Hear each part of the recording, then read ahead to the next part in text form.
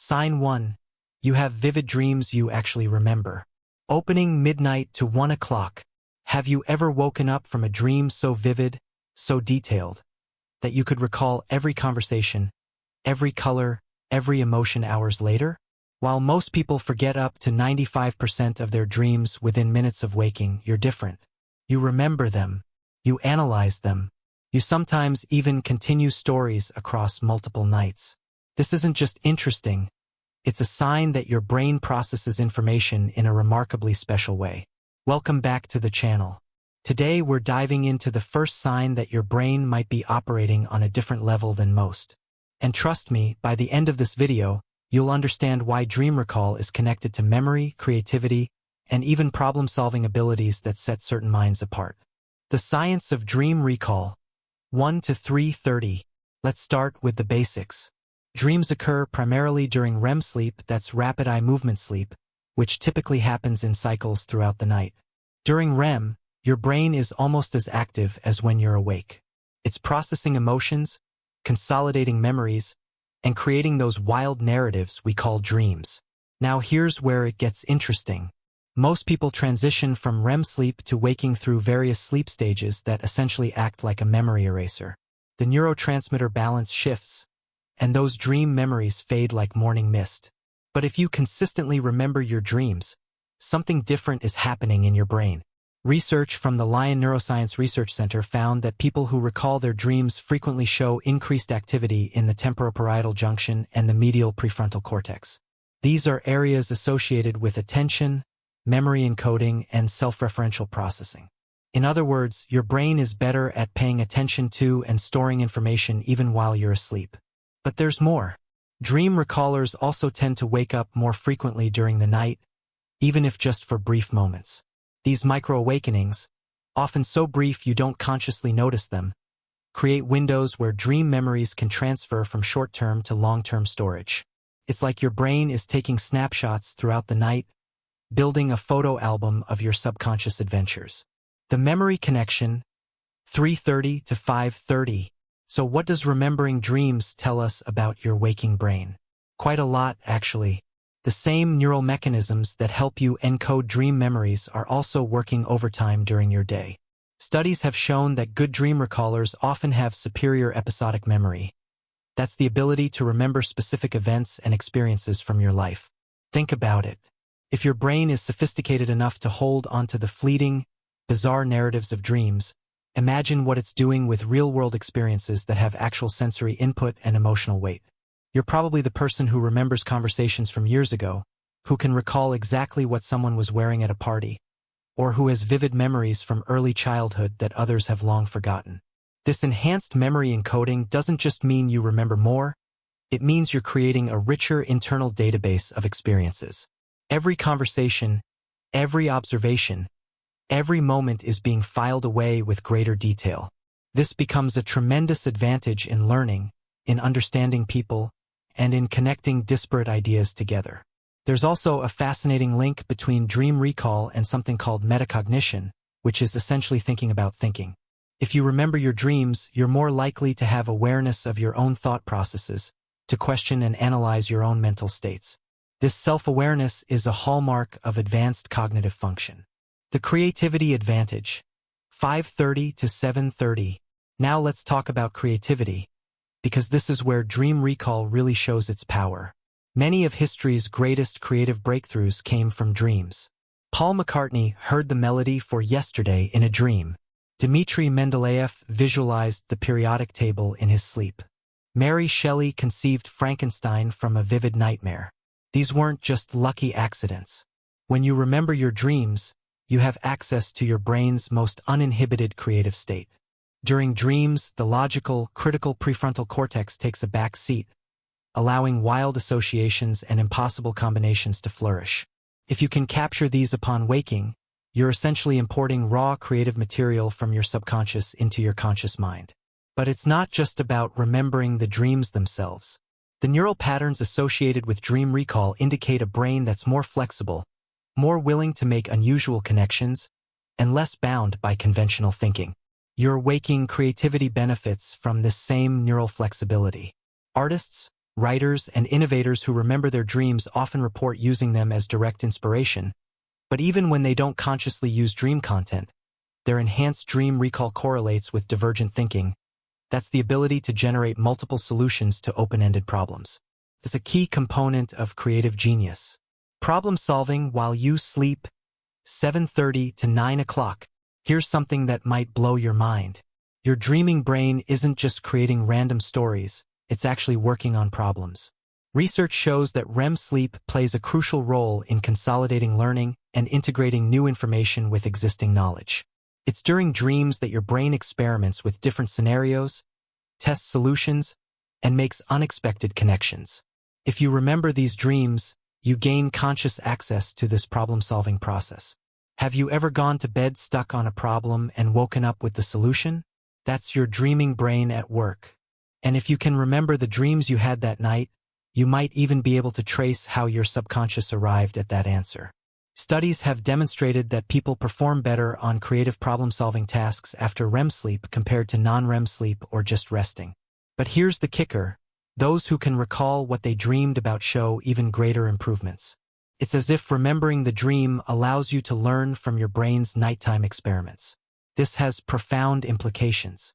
Your brain is essentially running simulations while you sleep, exploring possibilities, and working through challenges. Most people lose access to these insights when they wake. You don't. You're able to retrieve valuable information from your brain's overnight processing, giving you an advantage in tackling complex problems. Emotional intelligence and dream recall, 9 to 10 o'clock. Finally, let's talk about emotional intelligence. Dreams are heavily laden with emotions, often processing feelings we haven't fully dealt with during the day. If you remember your dreams, especially the emotional content, you're getting valuable information about your inner emotional state. This awareness translates to better emotional regulation and understanding in your waking life. You're more attuned to subtle emotional cues, both in yourself and others. The same brain regions active in dream recall are also involved in empathy and social cognition. So if you're someone who remembers dreams vividly and frequently, recognize this for what it is. A sign that your brain has enhanced memory encoding, greater neural flexibility, improved problem-solving capabilities, and heightened emotional awareness. Sign 2. You can't stop seeing patterns everywhere. Opening midnight to 1 o'clock. You're looking at clouds and you don't just see a dog. You see an entire narrative unfolding in the sky. You hear a song and immediately notice it uses the same chord progression as 3 other songs you know. You're in a conversation and you're already predicting what someone will say next because you've detected their linguistic patterns. You walk into a new place and instantly catalog the spatial relationships and architectural rhythms. Sound familiar? If you can't turn off this constant pattern recognition, if your brain is always finding connections, structures, and regularities in seemingly random information, you're experiencing something that marks certain minds as exceptional. This isn't overthinking. This is your brain operating with a higher degree of pattern sensitivity, and it's one of the most powerful cognitive abilities a human can possess. The pattern recognition system, 1 to 3 o'clock. Let's understand what's actually happening in your brain. Pattern recognition is one of the most fundamental functions of human intelligence, but not all brains do it with the same intensity or sophistication. When you perceive any information, whether visual, auditory, or conceptual, your brain automatically tries to match it against existing templates and schemas stored in your memory. This process happens largely in the cortex, particularly involving the temporal lobes for object recognition and the parietal lobes for spatial patterns. But here's what makes your brain special. In people with heightened pattern recognition, these systems are more active, more sensitive, and more interconnected. Research using fMRI scans has shown that individuals who excel at pattern recognition show enhanced connectivity between different brain regions. Your visual cortex isn't just talking to your memory centers, it's having rapid-fire conversations with your language areas, your motor systems, and your emotional centers. This creates a more integrated, holistic processing style. What's happening is that your brain has lower thresholds for detecting patterns.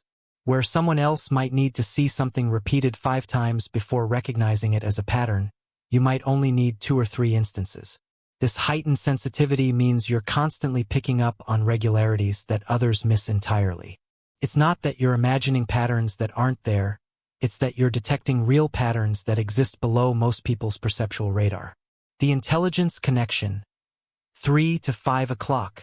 Pattern recognition is fundamentally linked to intelligence, and I'm not just talking about IQ scores, I'm talking about practical problem-solving intelligence. Every complex skill you've ever learned, from reading to playing an instrument to understanding social dynamics, is built on your ability to recognize patterns. When you learn to read, you recognized letter patterns, then word patterns, then grammar patterns, then genre patterns. The faster and more accurately you could detect these patterns, the faster you became a proficient reader. The same applies to every domain of knowledge and skill. Studies in cognitive psychology have consistently shown that pattern recognition ability predicts learning speed, problem-solving success, and even creative output. Why? Because learning is essentially pattern extraction. When you encounter new information, your brain is asking, what patterns does this share with things I already know? How is it different? What's the underlying structure? If your brain is exceptionally good at this, you learn faster, understand deeper, and transfer knowledge between domains more effectively. You don't just learn facts, you learn the patterns underlying those facts, which means you can generate new insights and predictions. This is why pattern recognition is such a strong predictor of mathematical and scientific ability. Mathematics is literally the study of patterns. Science is the search for patterns in nature. If you can see patterns others miss, you can solve problems others can't even formulate. Creativity and pattern mixing. 5 to 7 o'clock. Now here's where it gets really interesting. While pattern recognition might sound like a rigid, analytical process, it's actually at the heart of creativity. Creative breakthroughs almost always involve recognizing unexpected patterns or combining patterns from different domains in novel ways. Think about metaphor, which is the foundation of creative thinking and communication. When you create a metaphor, you're recognizing a pattern similarity between two unlike things. Time is money. Life is a journey.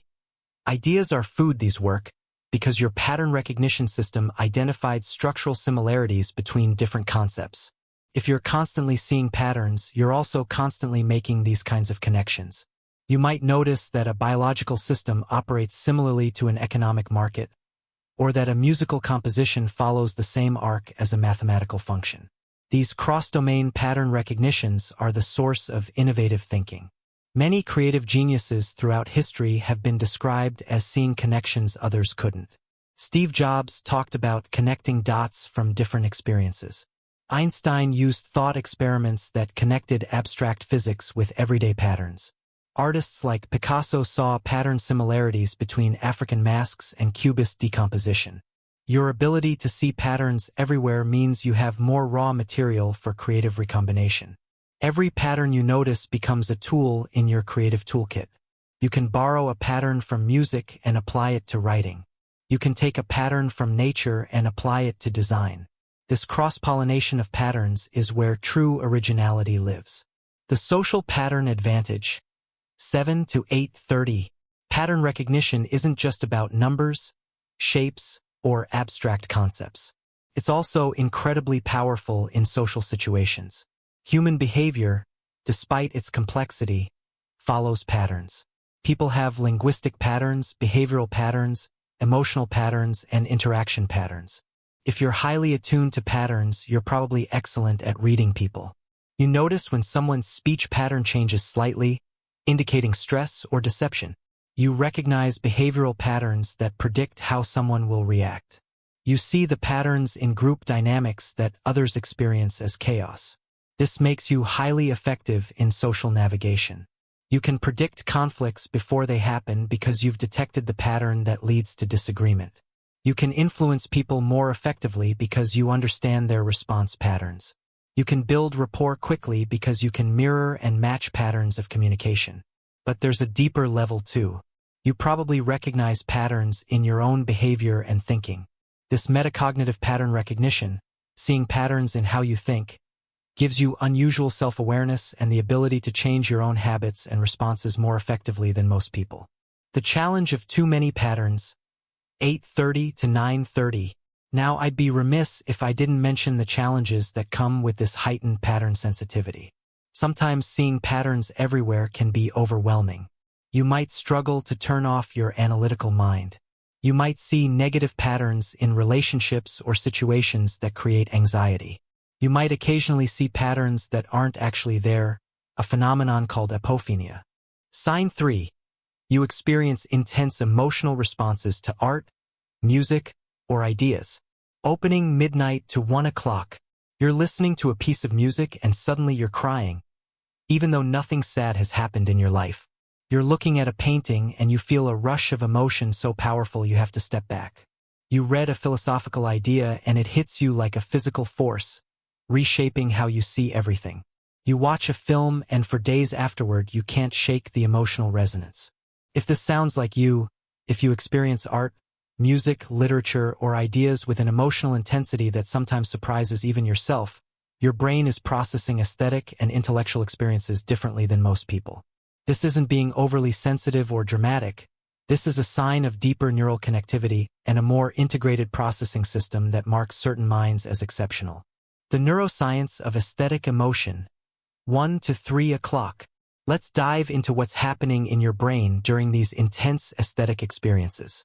When you encounter art, music, or powerful ideas, multiple neural systems activate simultaneously.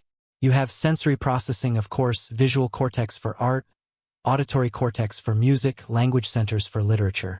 But you also have memory systems pulling up associations, emotional centers like the amygdala and insula lighting up, and reward circuits involving dopamine release. In most people, these systems work somewhat independently. They experience the sensory input, have some emotional response, and move on. But in individuals who experience intense aesthetic emotions, something different is happening. Research using neuroimaging has revealed that these individuals show greater integration between sensory processing areas and emotional limbic systems. Essentially, your sensory experience and your emotional experience aren't separate streams that eventually meet. They're deeply intertwined from the start. When you hear a beautiful chord progression, your auditory cortex and your emotional centers are firing in tight synchronization, creating a unified experience that's simultaneously perceptual and emotional. There's also evidence of enhanced connectivity with the default mode network, a set of brain regions involved in self-referential thinking, memory, and imagining. This means when you encounter art or ideas, you're not just processing them objectively, you're immediately integrating them with your personal memories, your sense of self, and your understanding of meaning. This creates a much richer, more emotionally resonant experience. The trait of aesthetic sensitivity. 3 to 5 o'clock. What you're experiencing is related to a personality trait that psychologists call aesthetic sensitivity or openness to aesthetics, which is a facet of the broader trait openness to experience. People high in this trait don't just appreciate beauty intellectually, they feel it viscerally. Research has shown that aesthetic sensitivity correlates with several other cognitive and emotional characteristics. First, it's associated with greater emotional range and depth. You likely experience not just intense responses to art, but more nuanced emotions in general. You can distinguish between subtle emotional states that others might lump together. Second, aesthetic sensitivity correlates with creativity. This makes sense when you think about it. Creating powerful art requires understanding what makes something emotionally resonant. If you feel aesthetic experiences deeply, you have an internal compass for what creates emotional impact. Many artists, musicians, and writers report that they're not just creating for others, they're trying to capture and recreate the intense feelings that they themselves experience. Third, there's a connection to empathy. The same neural systems involved in aesthetic emotion overlap significantly with those involved in emotional empathy. If you're moved to tears by music, you're probably also highly attuned to others' emotions. You might find yourself feeling others' pain or joy as if it were your own. The frisson experience. 5 to 6:30. Let's talk about a specific phenomenon that many aesthetically sensitive people experience. Frisson, sometimes called aesthetic chills or musical chills. This is that tingling sensation that runs through your body, often accompanied by goosebumps, when you experience something profoundly beautiful or moving. Not everyone experiences frisson, and those who do vary in how frequently it occurs. If you're someone who regularly gets chills from music, art, or ideas, research suggests your brain has particular structural and functional characteristics. Studies have found that people who frequently experience frisson have a denser volume of connections between their auditory cortex and emotional processing centers. Interestingly, frisson seems to occur at moments of unexpected beauty or emotional peaks in music and art. Your brain's prediction systems are constantly anticipating what comes next, and when something exceeds those predictions in a particularly beautiful way, it triggers this reward response so intense it becomes physical. This isn't just a passive response. People who experience frisson frequently tend to engage with art more deeply. They're active listeners and viewers, anticipating, analyzing, and emotionally investing in the experience. This active engagement creates a feedback loop that intensifies the emotional response. Intellectual and philosophical emotions, 6:30 to 8 o'clock. Now let's expand beyond traditional art to talk about emotional responses to ideas themselves. If you're someone who feels intense emotion when encountering a powerful philosophical concept, a beautiful mathematical proof, or a profound scientific insight, you're experiencing something that reveals deep cognitive integration. This phenomenon, sometimes called intellectual emotion or epistemic emotion, occurs when abstract understanding triggers genuine feelings. You might feel awe at the elegance of a theory, excitement at a new idea, or even a kind of grief when realizing the implications of certain truths. These aren't just metaphorical feelings.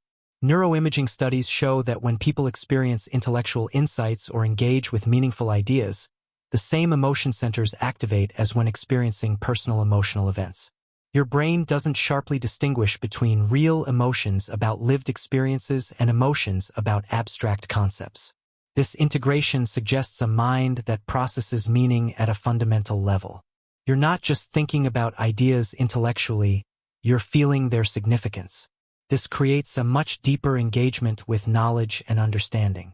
When you learn something new, it doesn't just update your information, it can shift your emotional state and sense of meaning. Philosophers throughout history have recognized this. Plato talked about the beauty of forms and ideas. Mathematicians describe profound beauty in elegant proofs. Scientists speak of the emotional impact of understanding nature's patterns. If you experience these intellectual emotions, you're accessing a dimension of human experience that connects understanding with feeling. The consciousness depth hypothesis, 8 to 9 o'clock. There's a fascinating hypothesis that connects aesthetic sensitivity with consciousness itself. Some researchers propose that individuals with intense aesthetic responses might be experiencing consciousness with greater depth or resolution. Sign 5. You need intense focus to feel satisfied. Opening midnight to 1 o'clock. You're working on a project and hours pass without you noticing. You're so absorbed that you forget to eat, forget to check your phone, forget that time exists. When someone interrupts you, it feels almost painful, like being jerked out of another world. And here's the thing, you need this.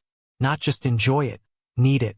When you go too long without entering these states of intense focus, you feel restless, unfulfilled, even irritable. If this describes you, if you require periods of deep, undistracted concentration to feel truly satisfied with your days, your brain is wired differently than most people's. This isn't just about being focused or disciplined. This is about a fundamental need for cognitive absorption that marks certain minds as exceptional. The neuroscience of flow states, 1 to 3 o'clock. What you're experiencing is closely related to what psychologist Mihai Csikszentmihalyi called flow. That state of optimal experience where you're completely absorbed in an activity that challenges your skills. But let's dig deeper into what's actually happening in your brain during these states of intense focus. When you enter deep focus, your brain undergoes significant changes. First, there's a phenomenon called transient hypofrontality, where parts of your prefrontal cortex, specifically areas involved in self-criticism and time awareness, temporarily decrease in activity. This is why you lose track of time and your inner critic goes quiet. You're not thinking about yourself thinking, you're just absorbed in the task. Second, your brain releases a cascade of neurochemicals. Norepinephrine increases, sharpening your attention. Dopamine floods your reward circuits, creating feelings of pleasure and motivation. Endorphins provide subtle euphoria. Anandamide, sometimes called the bliss molecule, enhances lateral thinking and pattern recognition, and serotonin contributes to feelings of satisfaction and contentment. This neurochemical state is actually MIL,